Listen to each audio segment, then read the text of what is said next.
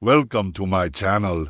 Today's story is about BYD. BYD, or Build Your Dreams, is a company that was founded in 1995. It started as a battery factory with a small workshop for assembling rechargeable batteries and then expanded into an entire factory in Shenzhen City, Guangdong province of China. The first product that they made was the BYD F2, a 2-4-volt rechargeable nickel-cadmium battery pack used by mobile phones and laptops. Later, BYD grew into a conglomerate operating in 5 different industries, including automobiles, batteries, electronics, new energy, and rail transit. It is one of the biggest automakers in China, with over 1.8 million cars delivered in 2021 alone. And it is the largest electric vehicle manufacturer in the world with a 32% market share. BYD has also produced the most EVs in Europe, overtaking Tesla in 2022. Its cars are currently being sold in more than 70 countries and regions across the world. But why do we call BYD the underdog? The reason is that BYD is a Chinese company. For the longest time, people outside of China had no idea who BYD even was. They were basically unknown in the United States, Europe, and pretty much everywhere else until recently. So, today, we're going to tell the BYD story. We will look at its beginnings, its rise to becoming the largest EV manufacturer in the world, and why it might be a better choice for some people than Tesla. Before Wang Chuanfu started BYD, he worked for a number of years in a state-owned battery company in his hometown of Shenzhen. In 1995, he noticed that there was a growing demand for rechargeable batteries in the telecommunications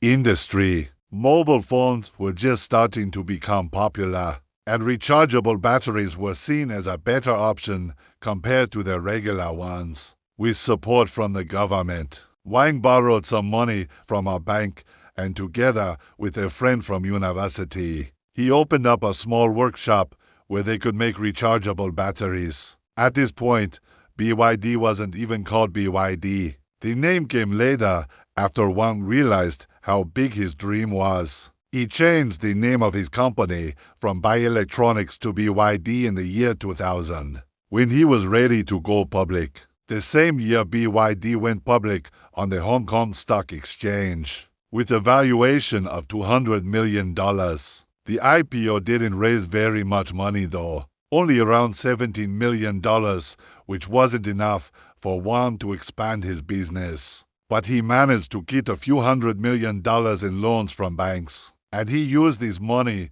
to build a factory in the city of Shaoxing, where he relocated the company. He now had enough space to start assembling whole battery packs for mobile phones. This was a much more complicated task than making individual cells, because it required expertise in areas such as chemistry, materials science, electrical engineering, and mechanical engineering. BYD quickly gained a reputation for quality among phone manufacturers. But this caused problems further down the road. You see, BYD had a lot of engineers working for them, and all these engineers needed to be fed. So Wang hired a bunch of people from Flextronics International, a Taiwanese electronics manufacturer. These people weren't engineers, but they knew how to work with cheap labor. Soon enough, BYD was making 100,000 battery packs per month. Its major customers at the time included Nokia,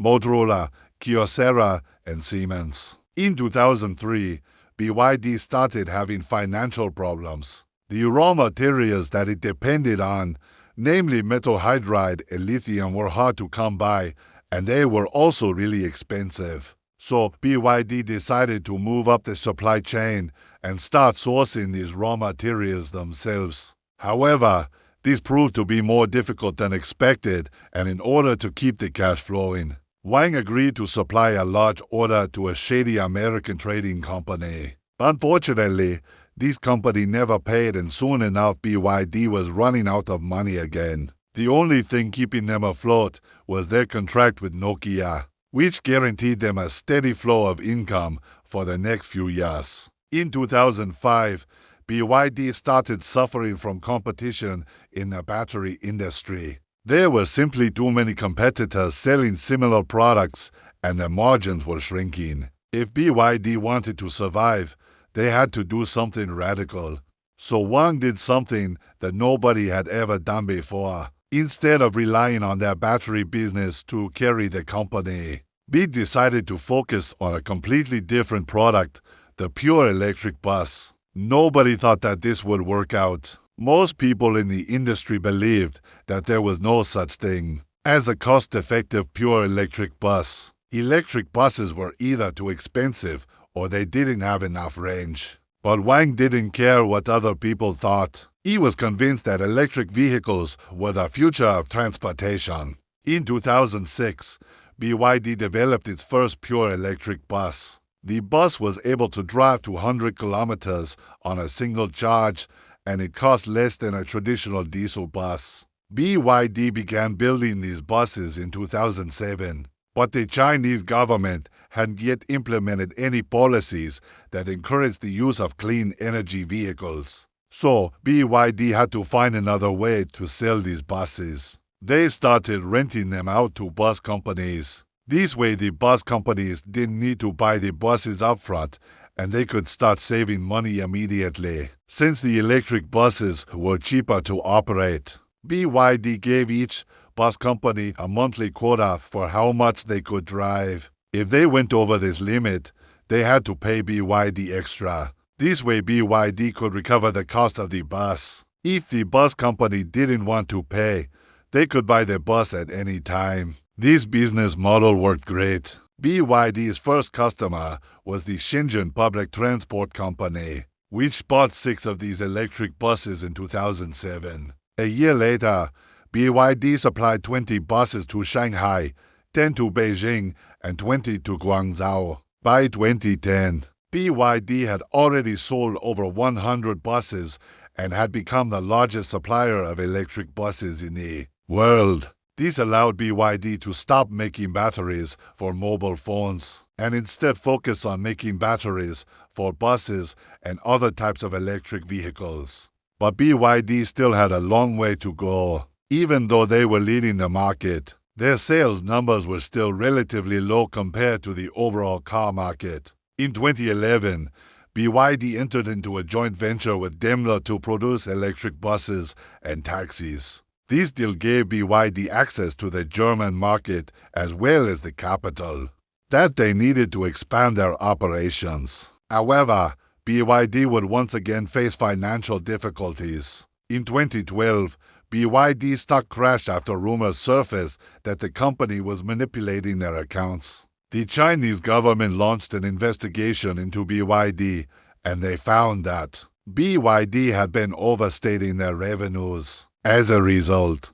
BYD was fined $230 million, and several of its executives were banned from trading stocks. Despite this scandal, BYD continued to grow, and in 2015, they launched their first passenger car, the Kin. The Kin was a plug-in hybrid, and it marked the beginning of BYD's push into the private car market. Since then, BYD has released a variety of different models, and they have become one of the best-selling brands. In China, in 2021, BYD sold 1.8 million cars in China alone. That's almost as many cars as Toyota and Volkswagen combined. What makes this achievement even more impressive is the fact that BYD only sold their first car 7 years ago. BYD is now the largest automaker in China and the second largest in the world behind Toyota.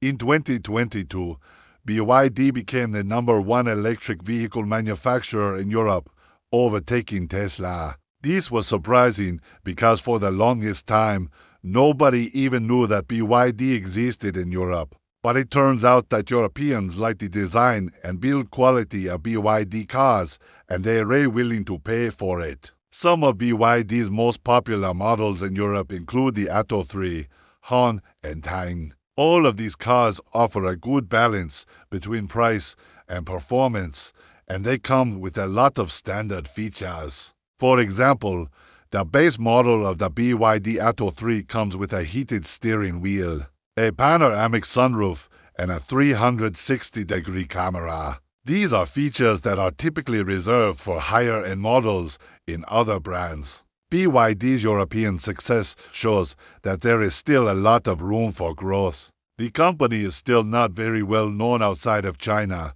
but it is quickly changing. So if you're looking for an alternative to Tesla, BYD might be worth checking out. Just don't expect them to deliver your car anytime soon. One of the main reasons why BYD has been able to grow so quickly is because they manufacture all of their cars in China. This allows them to avoid the high import costs associated with shipping cars from other countries. However, this also means that if you want to buy a BYD in the United States, you will have to wait until they set up a factory here.